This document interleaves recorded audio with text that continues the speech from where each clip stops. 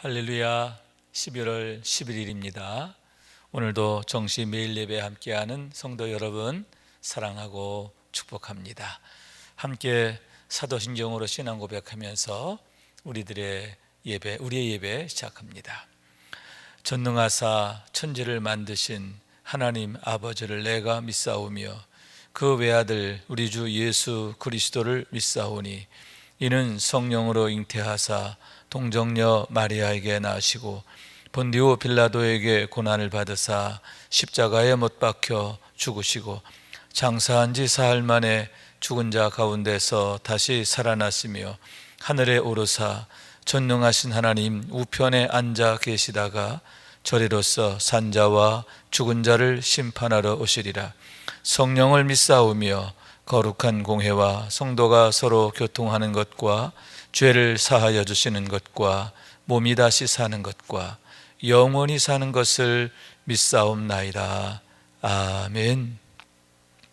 함께 찬송하겠습니다. 365장 마음속에 근심 있는 사람 주 예수 앞에 다 아뢰어라. 찬송합시다.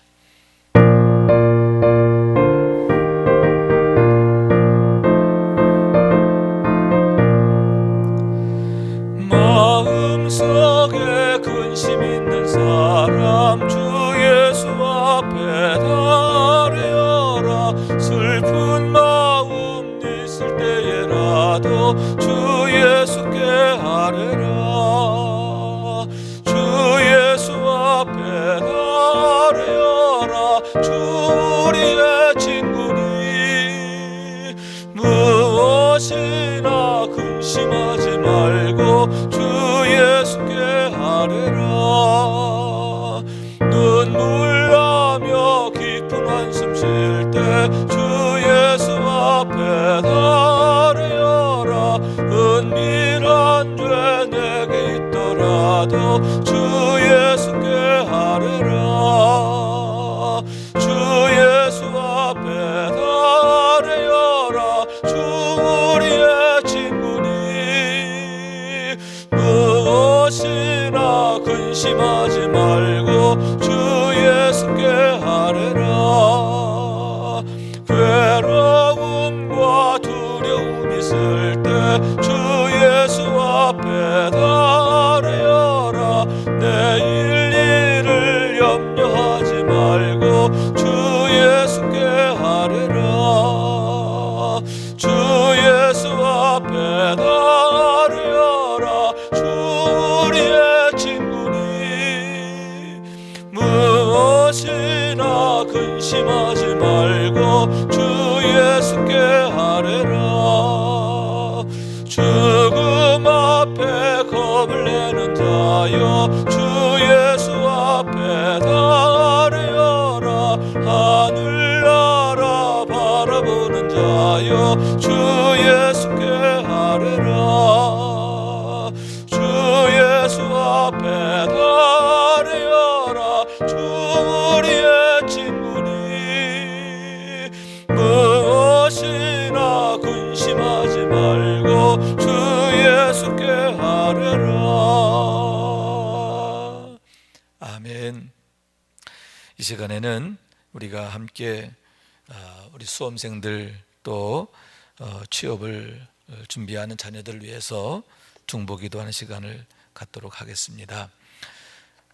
먼저 우리 기도 제목 함께 볼까요? 시험을 준비하는 모든 과정 가운데 건강과 지혜, 집중력과 평안의 마음을 허락하여 주소서. 수능과 취업기간을 통해 나를 도우신 하나님을 만나고 하나님의 일하심을 경험하는 귀한 시간이 될 수 있도록 허락하여 주옵소서. 하나님의 계획하심을 모든 순간 속에서 인정하고 하나님의 인도하심을 기대하며 기도할 수 있도록 도와주옵소서. 이런 제목을 가지고 함께 기도하기를 원하는데 이름 한번 축복합니다.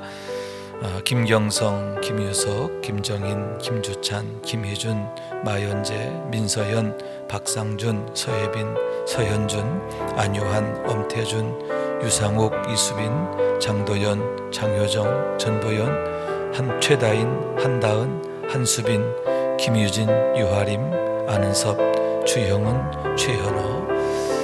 이 이제 꼭 한 주 남았네요. 다음 주 목요일이 수능일입니다. 우리 자녀들 하나님께서 강한 손으로 지켜주시기를 위해서 함께 기도하기를 원하고, 또 저들의 진로를 하나님께서 순적케 하시고 형통케 하시기 위해서 우리 한 1분간 우리 한 목소리로 기도합시다. 은혜로우시고 자비로우신 아버지 하나님, 사랑하는 자녀들을 축복하며 중보하며 기도합니다.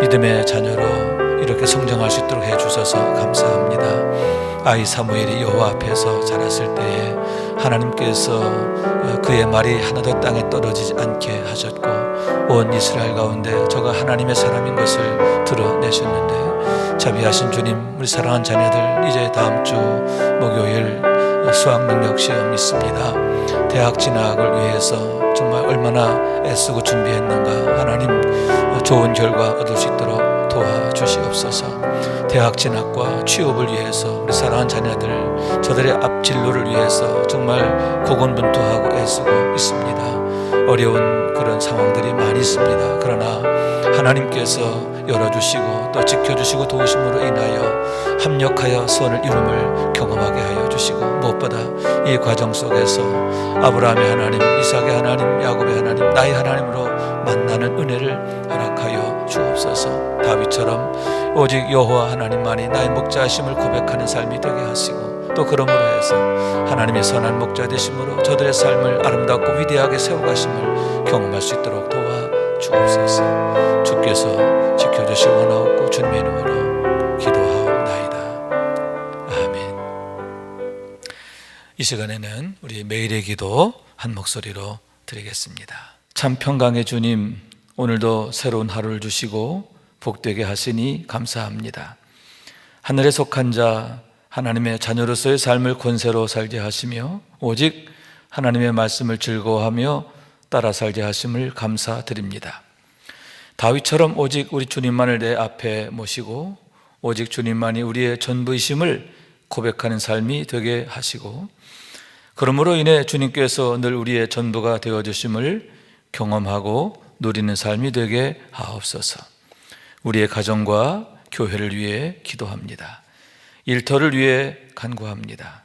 나라와 민족들을 위해 주님의 은혜를 구합니다.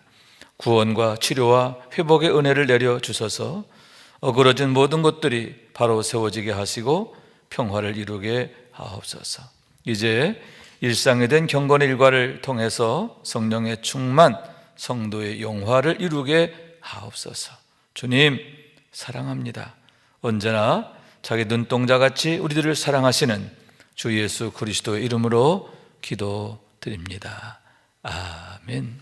오늘 주시는 하나님의 말씀입니다. 욥기서 22장 1절부터 20절 말씀 우리 함께 읽습니다.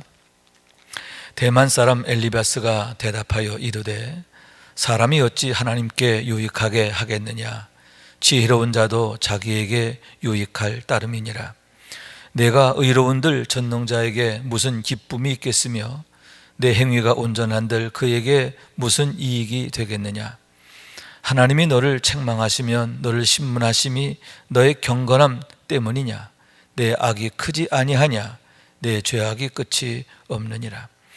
까닭 없이 형제를 볼모로 잡으며 헐벗은 자의 의복을 벗기며 목마른 자에게 물을 마시게 하지 아니하며 줄인 자에게 음식을 주지 아니하였구나. 권세 있는 자는 토지를 얻고 존귀한 자는 거기에서 사는구나. 너는 과부를 빈손으로 돌려보내며 고아의 팔을 꺾는구나. 그러므로 올무들이 너를 둘러있고 두려움이 갑자기 너를 엄습하며 어둠이 너로 하여금 보지 못하게 하고 홍수가 너를 덮느니라. 하나님은 높은 하늘에 계시지 아니하냐. 보라, 우두머리 별이 얼마나 높은가. 그러나 내 말은 하나님이 무엇을 아시며 흑암 중에서 어찌 심판하실 수 있으랴. 빽빽한 구름이 그를 가린즉 그가 보지 못하시고 둥근 하늘을 거니실 뿐이라 하는구나. 내가 악인이 밟던 옛적 길을 지키려느냐. 그들은 때가 이르기 전에 끊겨버렸고 그들의 터는 강물로 말미암아 함몰되었느니라. 그들이 하나님께 말하기를 우리를 떠나소서 하며 또 말하기를 전능자가 우리를 위하여 무엇을 하실 수 있으랴 하였으나 하나님이 좋은 곳으로 그들의 집에 채우셨느니라. 악인의 계획은 나에게서 머니라. 의인은 보고 기뻐하고 죄 없는 자는 그들을 비웃기를. 우리의 원수가 망하였고 그들의 남은 것을 불이 삼켰느니라 하리라. 이는 하나님의 말씀입니다. 아멘. 할렐루야. 오늘도 함께 예배하며 또 이 시간 말씀 듣기 원하는 여러분 가운데 함께 하시기를 주님의 이름으로 축원합니다. 오늘의 말씀은 대만 사람 엘리바스가 욥에게 말한 세 번째 이야기입니다. 말했다기보다는 꾸짖었다라고 하는 표현이 더 적당하겠습니다만은 욥에게 대하여 아주 대놓고 비방하게 되었음을 보게 되는 겁니다. 우선 1절 2절에 보면 대만 사람 엘리바스가 대답하여 이르되 사람이 어찌 하나님께 유익하게 하겠느냐, 지혜로운 자도 자기에게 유익할 따름이니라, 이렇게 말하고 있습니다. 이 말이 무슨 의미냐라고 하면 사람이 하나님을 어떻게 유익하게 하거나 기쁘시게 하거나 뭐 이럴 수 없다, 뭐 그런 얘기지요. 또 3절 말씀도 보면 내가 의로운들 전능자에게 무슨 기쁨이 있겠으며 내가 행위가 온전한들 그에게 무슨 이익이 되겠느냐.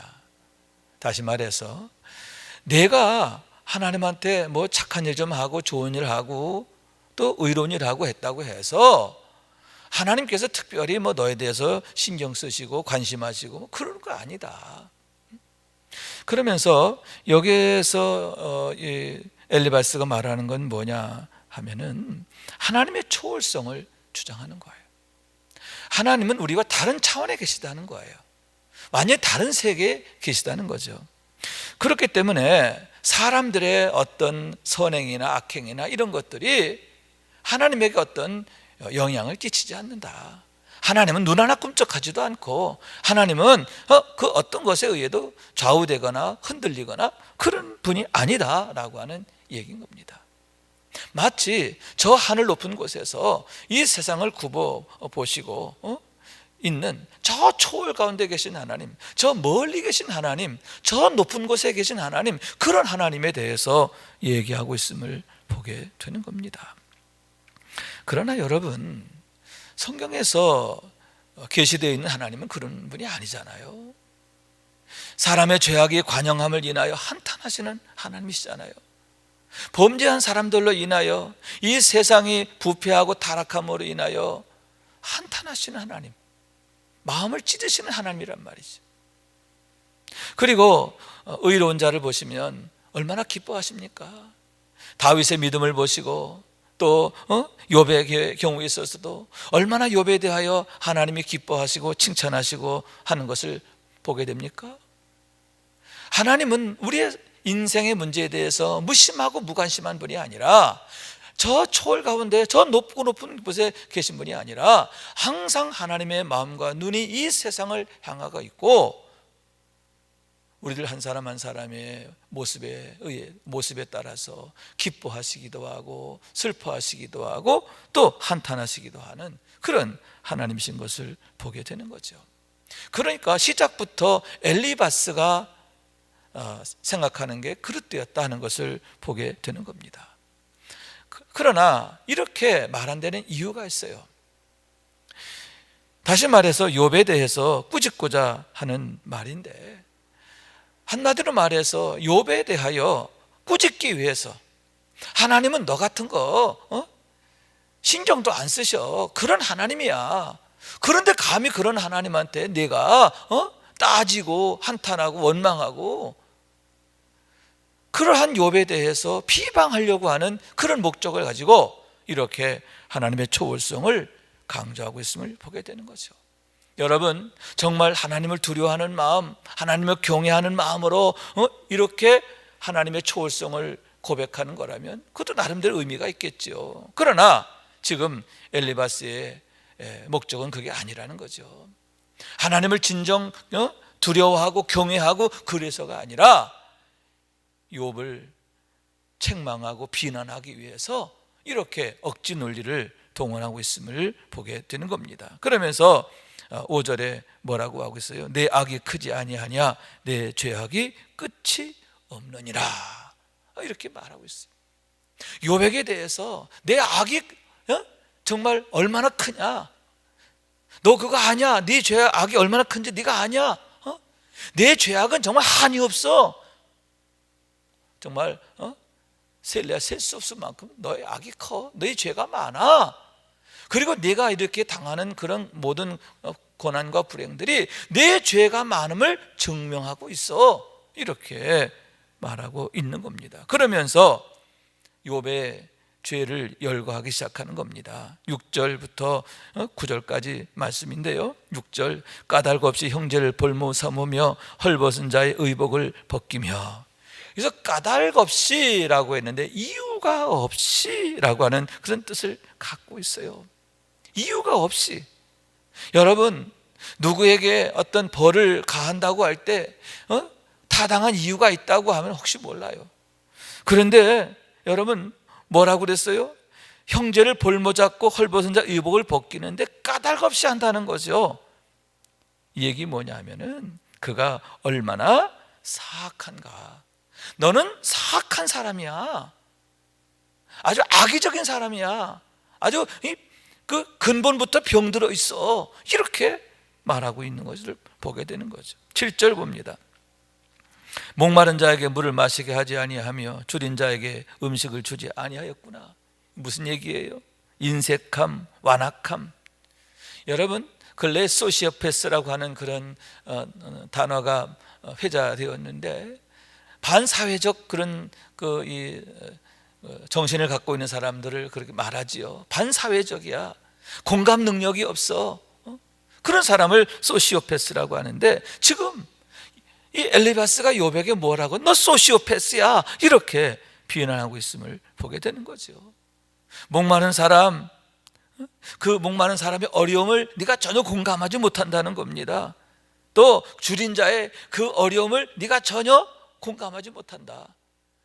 너는 소시오패스야, 이렇게 비난하고 있음을 보게 되는 겁니다. 그러면서 8절에는 권세 있는 자는 토지를 얻고 존귀한 자는 거기에 사는구나. 그러면서 너는 떵떵거리면서 잘도 잘 먹고 잘 살았구나, 이렇게 비난하고 있습니다. 그러니까 과거에 욥이 얼마나 참 부유했습니까? 얼마나 잘 살았습니까? 그런데 그 모든 것이 바로 이러한 죄로 인한 것이다. 네가 그냥 부자 된 게 아니고 네가 그냥 잘 산 게 아니라 아마도 너는 이러이런 어마어마한 죄들을 다 숨기고 그 죄의 결과로 네가 이렇게 잘 사는 거야, 이렇게 비난하고 있는 거죠. 그 다음에 9절, 너는 과부를 빈손으로 돌려보내며 고아의 팔을 꺾는구나. 무슨 얘기예요? 당시 고아와 과부는 그 사회의 아주 가장 그 최하위층, 다시 말해 사회적 약자지요. 사회적 약자들에 대해서 어떻게 한다? 그들을 마땅히 돌보아야 할 의무가 있는데 너는 내 의무를 향하지 않는 정도에 그치지 않고 뭐라고 그랬어요? 과부를 빈손으로 돌려배. 더 악한 것은 뭐냐? 고아의 팔을 꺾는다는 거죠. 고아의 팔을 비틀어 가지고 그에게서 어떤 뜯어낸다, 그런 얘기죠. 이게 정말 인간도 이런 악질, 이 저질, 여러분 이렇게 말할 수 있을까요? 어떻게 엘리바스가 욥에게 대하여 이렇게 말할 수 있는가? 사실 이 모든 건 다 거짓이지요. 왜곡된 말입니다. 이 말이 안 되는 거예요. 여러분, 욥은 동방의 의인이었고 그를 하나님이 인정하는 사람이었어요. 또 여러분 뒤집어 생각해서 엘리바스 이런 사람들이 평소에 욥과 아주 좋은 교분을 갖고 있었잖아요. 친구라고 여겼잖아요. 그래가지고 욥이 어려움 당했다는 소식을 듣고 가장 먼저 달려와 가지고 한 주간 동안 같이 있기도 했잖아요. 그러면 이렇게 악질적이고 못된 사람하고 오랫동안 교분했다는 얘기, 친구로 지냈다는 얘기입니까? 이런 사람을 위해서 달려와서 그렇게 안타까워했습니까? 말이 안 되죠. 그러니까 이 모든 것들은 거짓이고 왜곡된 말이고, 정말 이 엘리바스가 아주 악의적으로 욥을 사람들 앞에서 완전히 그냥 짓밟아 버리기 위해서 그렇게 했음을 보게 되는 겁니다. 모든 사람 앞에서 욥을 완전히 만신창이로 만들고 있음을 보게 된다라고 하는 거죠. 참 악의적입니다. 참 악의적이에요. 그러면 왜 그랬을까 하는 거죠. 왜 엘리바스가 그렇게 욥에 대하여 이렇게 그 온갖 거짓말로 완전 짓이겨버리고 완전히 만신창이를 만들게 되었는가 한 그러한 얘기인 겁니다. 여기에는요 욥의 상한 감정이 있음을 보게 됩니다. 무슨 얘기냐 하면 욥이 거기 엘리바스가 욥한테 너 이런 잘못이 있어, 너에게 뭔가 문제가 있을 거야 라고 그렇게 처음에 권면을 했죠. 그랬을 때 욥이 아 맞아요, 당신 참 나에게 좋은 조언 해줬어요 하면서 그랬더라고 한다면, 그 자기 체면을 좀 살려줬더라면 괜찮을 텐데, 욥이 오히려 그러한 엘리바스에 대해서 정말 단호하게 아니라고 하잖아요.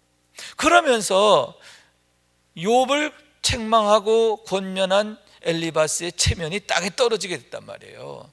사람들 앞에 자기가 좀 이상한 사람, 모자란 사람, 부족한 사람, 이런 모습이 됐다라고 하는 거죠. 그랬을 때에 체면이 상하게 되었고 마음에 분노가 생겼고 미움이 생겼고, 그러므로 말미암아 이렇게 온갖 거짓을 동원해서 이랬을 거야 저랬을 거야,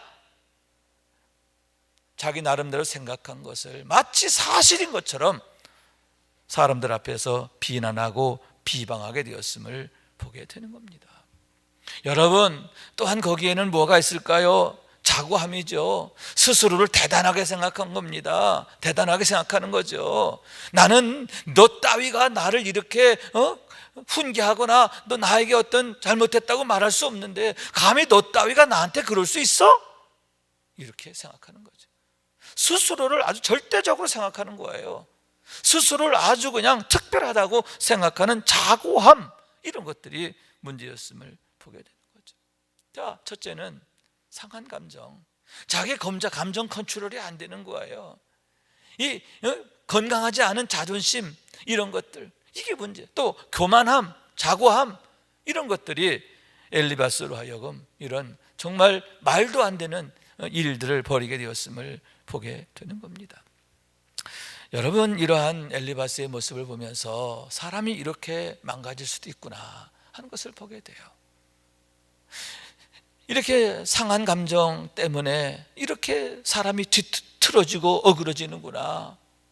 그리고 이렇게 자고한, 스스로를 대단하게 생각하는 이런 자고한 마음들이 사람을 이렇게 병들게 하고 망가지게 하는구나 하는 것을 보게 되는 겁니다. 그러면서 여러분, 우리도 일상에서 이와 유사한 일을 당할 수가 있는 거죠. 그 누가 내 자존심을 상하게 합니다. 내 이익을 해칩니다.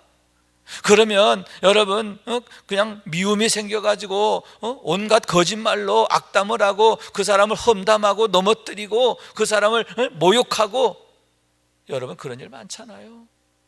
전 목회하다 보면 저 같은 경우도 가끔 그런 일을 겪기도 해요. 정말 온갖 거짓말로 그런 사람들도 있어요. 근데 알고 보면 뭐냐면 기분 나빠서 그랬다는 거예요. 내가 어떤 손해를 입어서 그랬다는 거죠.